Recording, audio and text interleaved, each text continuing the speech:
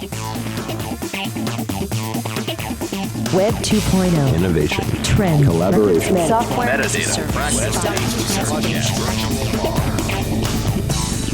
Got the world turning as fast as it can? Hear how technology can help, legally speaking, with two of the top legal technology experts, authors, and lawyers, Dennis Kennedy and Tom Mile. Welcome to the Kennedy Mile Report here on the Legal Talk Network. And welcome to episode 254 of the Kennedy Mile Report. I'm Dennis Kennedy in Ann Arbor. And I'm Tom Mile in Dallas. Before we get started, we'd like to thank our sponsor. We'd like to thank ServeNow, a nationwide network of trusted, pre-screened process servers. Work with the most professional process servers who have experience with high-volume serves, embrace technology, and understand the litigation process. Visit servenow.com to learn more. And we wanted to mention that the second edition of our book, The Lawyer's Guide to Collaboration Tools and Technologies, is available on Amazon. Everyone agrees that collaboration is essential in today's world, but knowing the right tools will make all the difference. In our last episode, we shared 20 of our favorite technology tips. We then noticed that a good number of our tips related to new Microsoft tools, especially Office 365, and we decided that made it a good time to ask our friend and expert on all things Microsoft, Ben Schorr, to join us and bring us an update on the current world of Microsoft, what that means for lawyers, and how our listeners can make better use of Microsoft tools. So, Tom, what's all on our agenda for this episode? Well, Dennis, in this edition of the Kennedy Mile Report, we will indeed be talking with our friend Ben Schorr about Office 365 and other things Microsoft. In our second segment, we'll continue the chat with Ben about his move from working with lawyers on technology to working at Microsoft and get him to share some of his new perspectives and reflections. And as usual, we'll finish up with our parting shots, that one tip, website, or observation that you can start to use the second that this podcast is over. But first up, Microsoft and our guest, Ben Schorr. Dennis and I have learned so much from Ben over the years that we wanted to share him with our audience and pick his brain on some of our recent questions about what they're doing at Microsoft and what we're liking that we're seeing. One of Dennis's, if you recall from a previous podcast, one of his 2020 resolutions involves standardizing even more fully than he currently has been on the Microsoft Office stack. And as proof of that, I've already gotten him to move just in the past few weeks from Slack to Microsoft Teams as our platform for working on this podcast. All of which brings us to Ben Schorr. Ben, thank you for joining us. I can say all kinds of great things about you, but we thought it best to simply let you introduce yourself. Thanks for joining us. Why don't you tell everybody who you are and what you do? My pleasure. It's great to be here.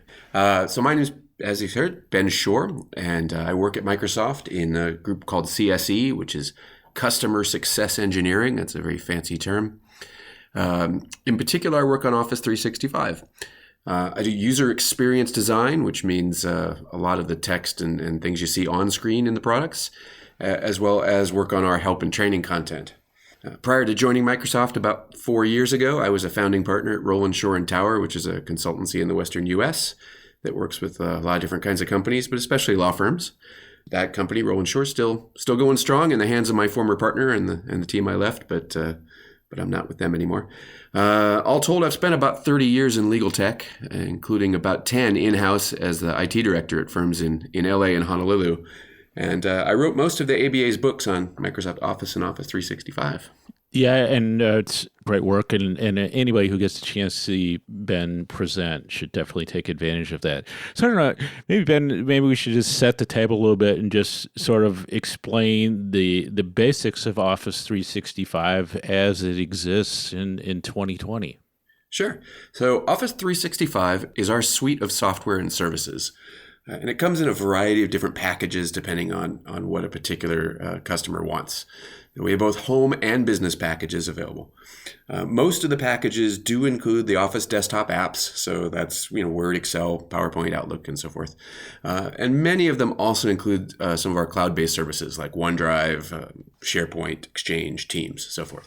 So, and you've just mentioned SharePoint. I kind of want to dive in a little bit with that because in my job, in what I do, we are, probably 4 or 5, maybe a few more years ago, SharePoint didn't have the same reception in companies and law firms that it probably does today. What we have been used to seeing is IT departments kind of throwing it out to their users and saying, here's this great tool called SharePoint, use it. And the users really didn't have any guidance, so they didn't have a good experience with it. But what we're seeing now is that SharePoint has come a really long way as a document management tool, and we're actually starting to recommend it more to our clients as using it instead of purchasing, a full-blown document management system. But how would you compare it to traditional legal technology document management tools that we see in law firms? Can you kind of give the similarities and differences and kind of how it's being used in conjunction with Office 365? I think SharePoint is probably a little more flexible than the traditional document management systems, and that's both a strength and a weakness.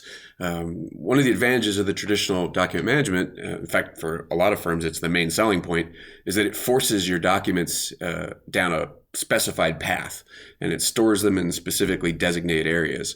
So, for example, your document management system probably hijacks the file save flow and requires the user, it pops up a dialog box in front of the user and requires them to enter a client matter number, maybe a billing code, file name. You may have some other mandatory fields that you're requiring your users to enter. And then once you've done that, the file is squirreled away in a particular location by the DMS where it can be recovered later. SharePoint can be configured to do that, but out of the box, it's really a more open system. It's got file libraries where users can create and store and collaborate on files. It also has the ability to have lists, which are basically little databases of various data, and they can be all kinds of different kinds of lists. So I worked with an attorney once who had created a to-do list in SharePoint, which he then placed on the client portal, because SharePoint can also do what we call team sites, which are sort of intranet portal pages that can have web parts and articles and files and other content on them. So he created this to-do list in which he would have to-do items for himself and also items for the client to do. So maybe he had to generate a document and the client had to provide some information of some sort. These would all be to-do items. And so the client could at any time sign into the portal, see the status of the tasks on the to-do list, both their own and the attorney's. They could mark things as done if they've done them. They could see what things the attorney had done and so forth. So that was a feature of SharePoint, using the to-do list and a team site to create a nice little client portal that he found very useful. It's also worth mentioning SharePoint in Office 365 is generally SharePoint Online. There are some hybrid deployments, but that's a little deeper than we want to get into here. But it's generally SharePoint Online, which means it's in the cloud and it's securely available to you anywhere you've got internet connectivity on any device. That's increasingly true of a lot of the traditional document management systems too, though some are still on premises and can be a little more difficult to access when you're not on the local network at the office or don't have a VPN started. Yeah, if you're going to use SharePoint in your firm, I really encourage you to either have somebody inside the firm that either has SharePoint skills or is really excited to learn them, or work with one of the great SharePoint consultants out there who can help you customize them. Who can also give you training on how to use it once they set it up for you. Oh, yes. Yeah. SharePoint is a big, powerful animal. And I really feel badly for those users who were just thrown to SharePoint and said, use it, good luck. Yeah. Because it's got a lot of capabilities, but if you don't know how to use it and you haven't harnessed it properly, it can be awful. Yeah, agreed. So let's go back to simple. Which means what's in front of me. So I'm using Office 365 Personal as my sort of one-person operation these days. And so as I looked at it, and as Tom and I have talked about some of the more powerful tools coming, there is sort of a progression. I don't know if it's a progression, but you sort of have the options of Personal, and I know it has a specific name, but let's just call it Business, and then Enterprise would be the three choices. And so my question is, when does it make sense for people or for businesses to move from one of those types of Office 365 accounts to another one? And is Personal enough for like the regular kind of very small law firm? So Personal, Office 365 Personal and Office 365 Home, those are our two home packages. Personal is for a single person, and Home can be shared by up to 6 people in a family. And those two packages have the Office desktop apps, Word, Excel, PowerPoint, and so forth, and OneDrive Consumer. That's about it. For businesses, even single person, a true solo lawyer, for example, I would really recommend one of the business packages. So Office 365 Business Premium, for example, is the one that I see most law firms choosing, even the very small firms. That's got the desktop apps, Word, Excel, and PowerPoint, and so forth. It's got OneDrive for Business. It's got SharePoint, but it also has Exchange Server, it gives you that enterprise class email and calendar. Exchange is what nearly all of the Fortune 500 run. It's what nearly all the AmLaw 100 run for their email. And it used to be that when you had to run Exchange on premises as a local server, it was kind of prohibitively expensive and complicated for small firms to do. It's not a simple thing. But now, because you can do Exchange online in an Office 365 plan, even the smallest firm can have the same platform that the big firms are using, which is really terrific. You can have up to 300 people on a business premium license. So for most law firms, that's gonna get you there. Or you could have just one. And last time I checked, I think it's about $12.50 per month per person for the business premium.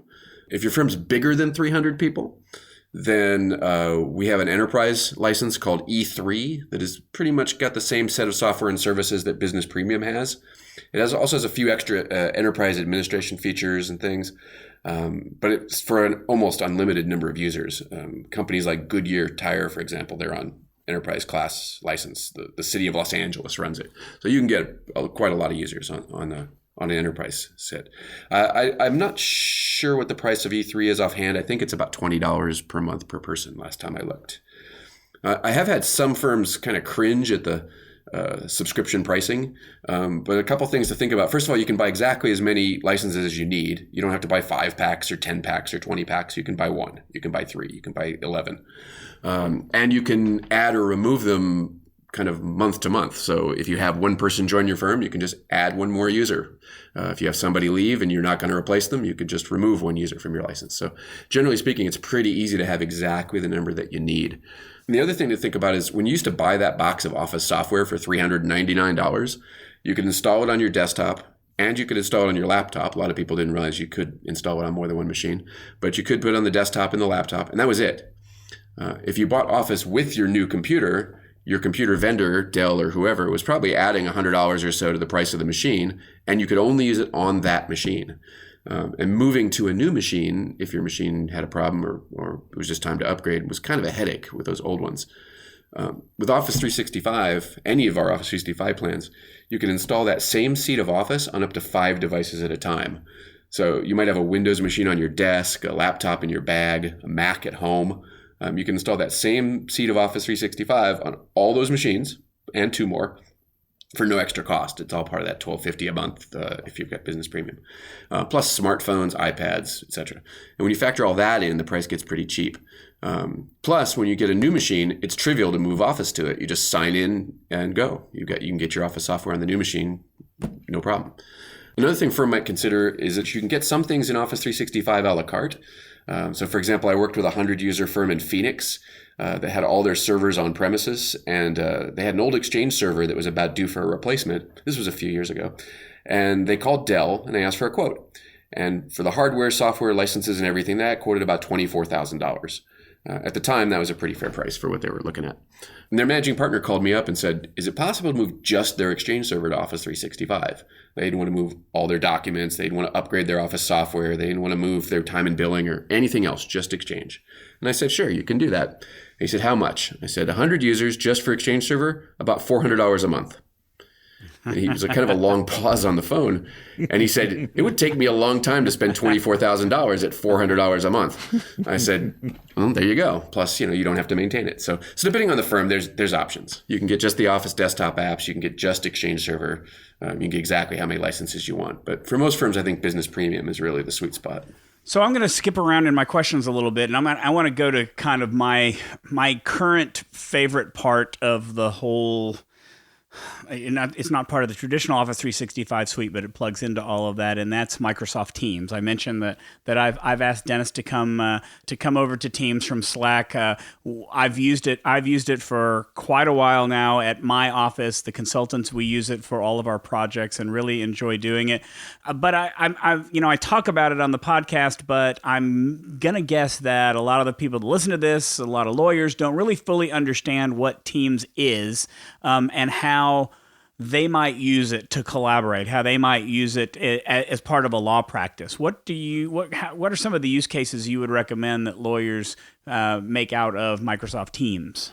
Maybe talk about what it is first and then what the use cases are. So Teams is kind of a new take on an old way to communicate. The foundation of Teams is the channels you can set up. And in those channels, you have live text chat. That's kind of the main communication medium. You can also have shared file libraries. You can do shared OneNote notebooks and a lot more.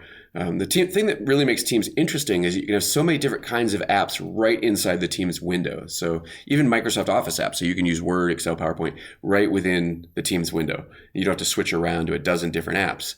And then there's also a really large and growing array of third-party apps that have integrated into Teams, like Trello or Kronos or Adobe Sign.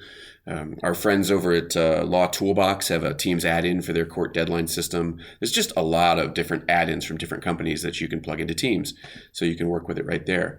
It's really powerful for situations where you have multiple people working together on a matter or a project. So, for example, you could create a team for a big client who has multiple matters, and then you could create separate channels for the different matters. Maybe you also have a channel for client relations or billing where those kinds of conversations happen. So that's kind of a powerful way to use it. You could also create a team around a particular practice area and then have channels within that team for different sub areas of interest within that practice group if you wanted to.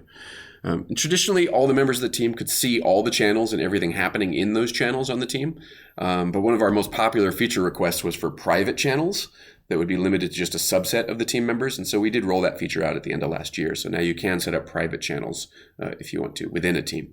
And then the last couple things I would say about it is you can invite guests, people outside of your firm, to a team.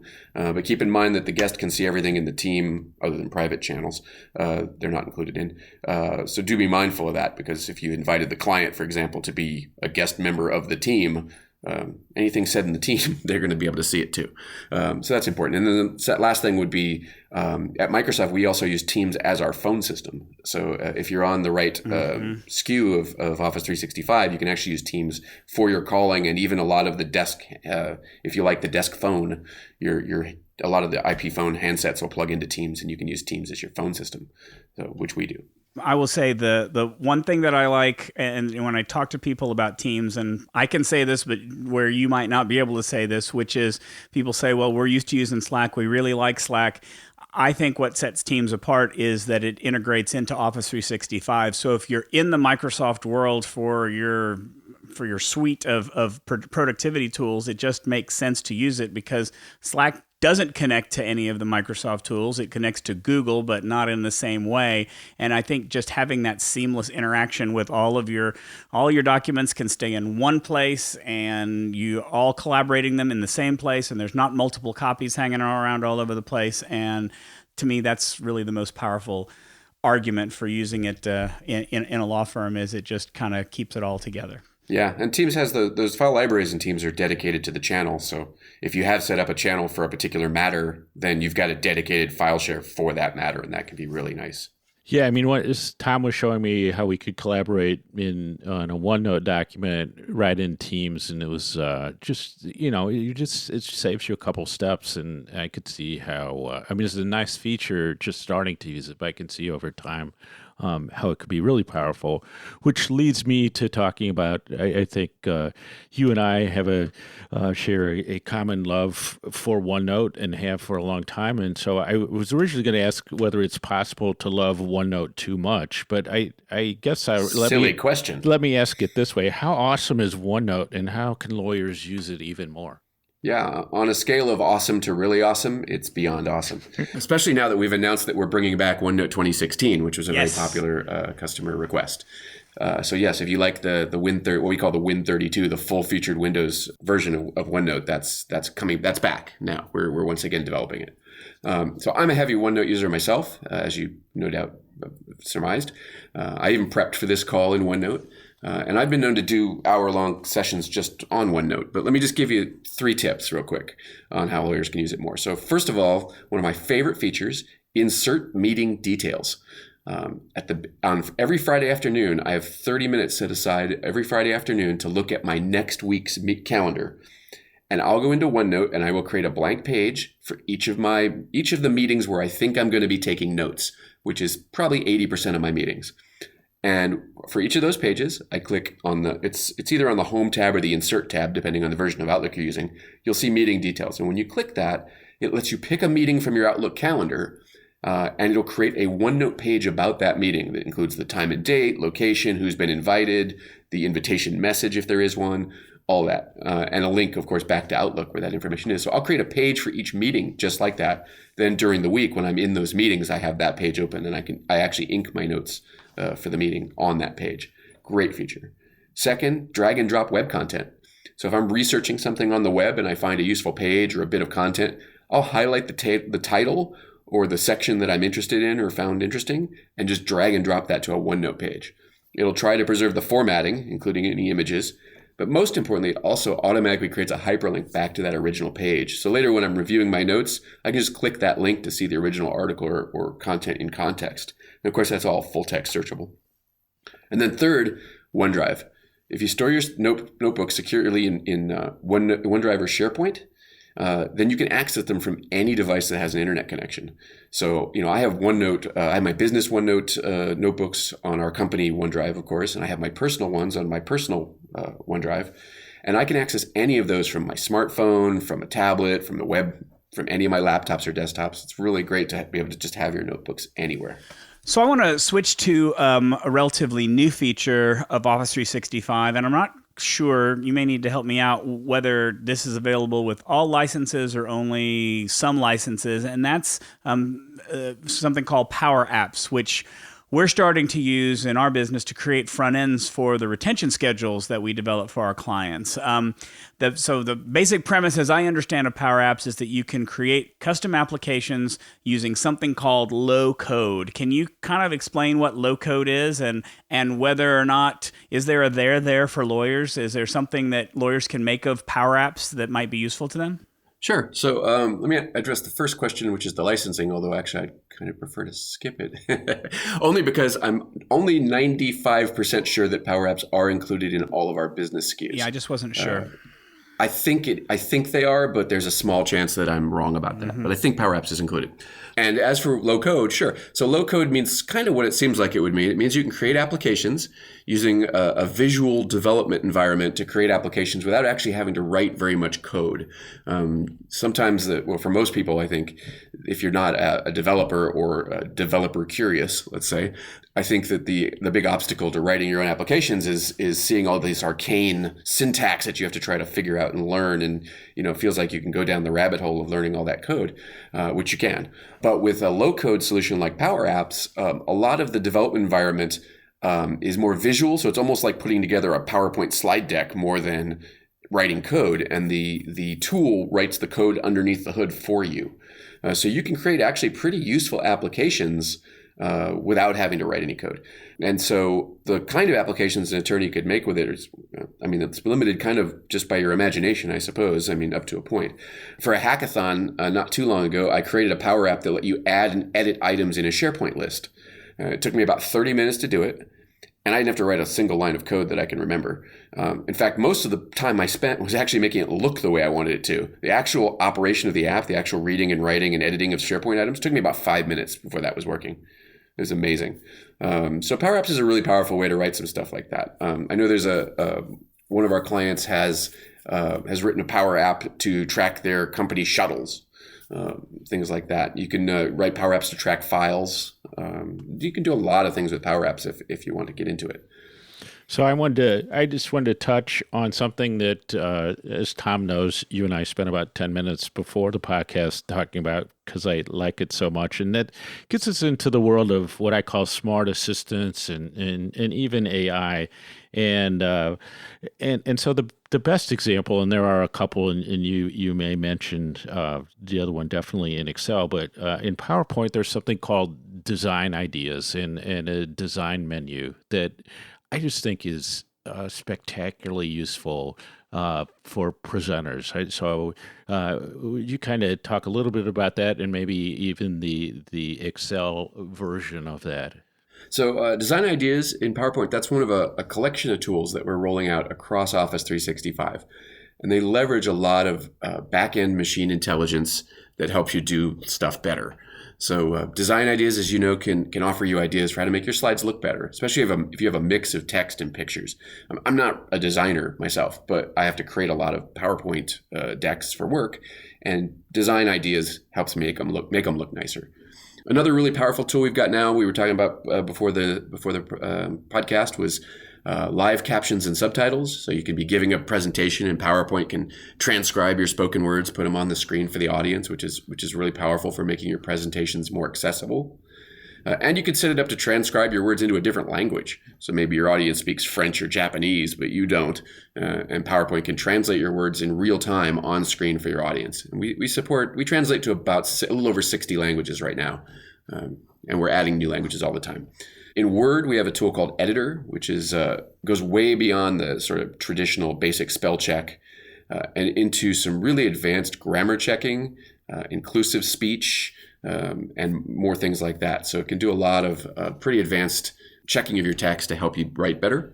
And it's also one thing I want to mention about that. It's very configurable. People think that they're just going to get these blue squiggly lines on everything they write.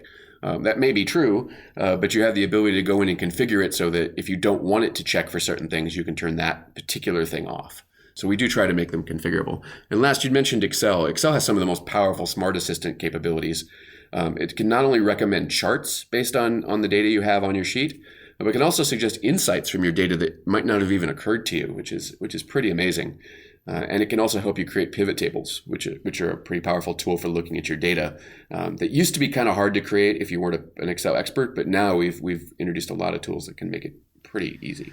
Well, we have a ton of questions that we want to ask, but unfortunately, we don't have enough time in the segment. So I'm going to steal Dennis's last question, and I'm going to ask it to you to close out this segment. What resources, for those who are interested in learning more about Office 365 or Microsoft tools in general, what resources do you recommend for people to get the most out of these products or to learn more about them? Sure. So it's funny. I was at a conference recently, and somebody said, why does Microsoft offer training on your products? Well, we do. If you go to support.office.com, that's a site where we've got tens of thousands of articles, videos, training materials, all online and free. If you want something more advanced, you can search for Microsoft Learn. The URL is a little complicated, but if you search for Microsoft Learn, you'll find our Learn site that has a ton of technical training content, all of it free. And in fact, I noticed yesterday there's a free 51-minute module on getting started with Power Apps in there. And if you're a LinkedIn subscriber, you probably have access to all the training content at LinkedIn Learning. And finally, the last thing, a lot of people don't realize that our retail stores can be a great resource. They're not just a place to buy an Xbox. Our retail stores have cloud technology experts on staff and on site, and you can make an appointment with them, and they'll be happy to consult with you about working with Microsoft 365. Yeah, they're doing classes all the time there. All right. Well, thank you, Ben. That does it for our first segment. Before we move on to our next segment, let's take a break for a quick message from our sponsor. Looking for a process server you can trust? ServeNow.com is a nationwide network of local pre-screened process servers. ServeNow works with the most professional process servers in the industry, connecting your firm with process servers who embrace technology, have experience with high-volume serves, and understand the litigation process and rules of properly effectuating service. Find a pre-screened process server today. Visit www.servenow.com.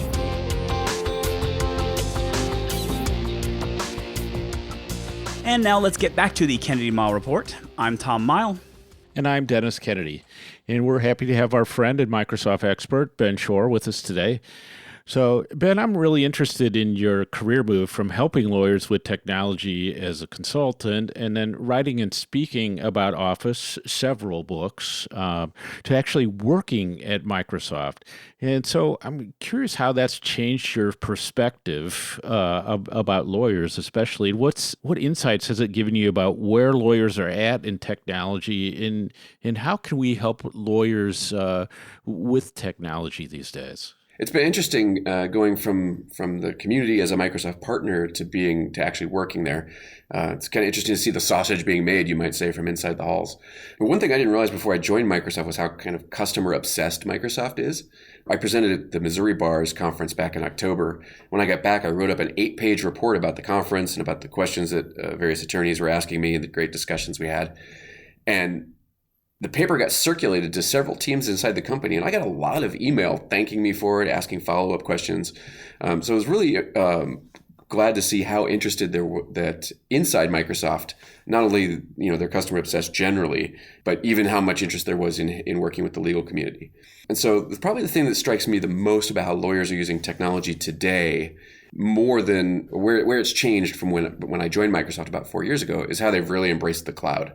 I can remember, 10 years ago, you couldn't get a lawyer to go near a cloud with a 10-foot pole. But now, and I'll admit, back then I was a little skeptical of the cloud as well. But I think the technology maybe wasn't quite ready yet. But today, it's you can't take 10 steps in a conference without somebody talking about cloud technology, not only the AI, but also cloud storage, sharing. It's really impressive to see how firms have moved to the cloud. I never would have predicted a company like Clio would become one of the dominant practice management systems, 10 or 15 years ago. But now here they are. They're in every conversation, it seems like. All right. So the thing I hate the most about you working at Microsoft is that there are so many things I want to know about that you cannot tell me. But so I'm going to try to structure this question that you maybe can. So you probably can't give a lot of details about upcoming products, but can you share with us some of the things that you're excited about that Microsoft is going to be rolling out this year, whether it's Office 365 or we really haven't touched on any of the hardware that they put out, like Surface devices and things like that. Is there anything that's exciting you that lawyers ought to look forward to in the coming year? Yeah, sure. So the big things for me, at least that I'm allowed to talk about, are in a couple of categories. First of all, the AI tools that we talked about earlier. We have something we just announced for PowerPoint called Live Presentations that lets your audience follow along with your presentation on their own device, smartphone, laptop, whatever it is they have, and see the live translation that we talked about earlier in any of the 60 plus languages, but they can each choose their own language. So maybe you have an audience that speaks a dozen different languages. Well, each one of those people can choose their own language and see subtitles on their own device. So that's something new that we've just announced that's coming very soon. And they can do a few other things too. We've got a bunch of other really cool AI tools that I can't quite elaborate on, but just rest assured that 2020, you're going to see all year long new things rolling out to our Office 365 subscribers that are intended to bring that intelligence into Office in all the apps, Excel and Word, PowerPoint, and Outlook, so forth. Our Surface team on the second area has some really cool hardware coming. We've talked about the Surface earbuds a little bit. So those are coming. Those are cool. But the thing everybody's buzzing about, I think, are the Surface Neo and the Surface Duo, which are our dual screen devices that we announced a few months ago. If you haven't seen the videos for those, if you go on YouTube and look for Surface Neo or Surface Duo, you'll see our announcement videos. They're really beautiful. Just the videos themselves, even if you don't care about the hardware, the videos are beautiful to look at. And so I still get goosebumps when I see those videos. So those are coming later this year. And of course, there's a lot of buzz internally and a lot of work going on to make those happen. I'm pretty excited about those. Well, there's so much that we'd like to talk about, and we probably should have recorded the conversation before we started even, but so we might have to bring you back. So let's wrap up by asking you if there's anything that you had hoped to mention while you were on the show that we didn't give you the chance to raise already. We got to quite a bit. I think one thing that we didn't mention, Office 365, especially in our enterprise plans, has some really powerful e-discovery tools. So like we have content search that lets you search an entire Office 365 tenant with a single search. You can create e-discovery cases and litigation holds and so forth. If you've got the E5, that's the enterprise package, you get the advanced e-discovery tools, which is, if you're familiar with the EDRM model, then advanced e-discovery kind of follows that model. So it helps you identify and collect, review, so forth, data from a review set. And if you want to know more about that, if you go online and search for Office 365 Security and Compliance Center, get a caffeinated beverage, and you can spend a lot of time reading about our e-discovery stuff. Well, thank you, Ben. Now it's time for our parting shots. That one tip, website, or observation you can use the second this podcast ends. And Ben, we want you to start us out with the parting shot, and we hope it's a Microsoft tip, but it can be anything you want. Okay. So in Outlook, if you've gotten yourself into an email conversation that you're not interested in, probably because you've been added to a very long list of recipients, maybe there's a reply all storm happening and you can't get out of it. If you instead of pressing delete on the next message that comes in, press Control Delete. That's ignore conversation. Not only will it delete all of the messages in that conversation that you've already received, but it will automatically delete any future messages you get in that conversation over the next, I can't remember if it's 30 or 60 days, but it'll basically mutes that conversation for you. So it helps keep your inbox a little tidier. I hardly know any conversations like that. There's nothing that comes up for me. All right, my parting shot is not really legal or tech related, but it is something that I have enjoyed for a long time. I have been a longtime fan of the NPR show Fresh Air. They have such great guests, and the show's been going on since the 80s, so it's been 40 some years of interviews, and they recently unveiled their Fresh Air archive, and it is searchable. You can create playlists. There are over 8,000 individuals giving 20-some thousand interviews. And so if you want to just go type a name, and they probably have given an interview over the past 40 years, it's a lot of fun to listen to. If you find something you like, you can save it and share it with other people. It's at freshairarchive.org. We'll make sure to include it in the show notes. So my parting shot is both something of mine and something I want to suggest other people take a look at. And so there's a service called paper.li that allows you to kind of collect links of various types. You can do saved searches. You can pull things from Twitter. You can add pieces manually, and it creates this nice little daily update, like a little newsletter thing. And so I've been trying it. And so mine, I call it the Kennedy Idea Propulsion Laboratories Lab Notes, and it focuses on legal innovation.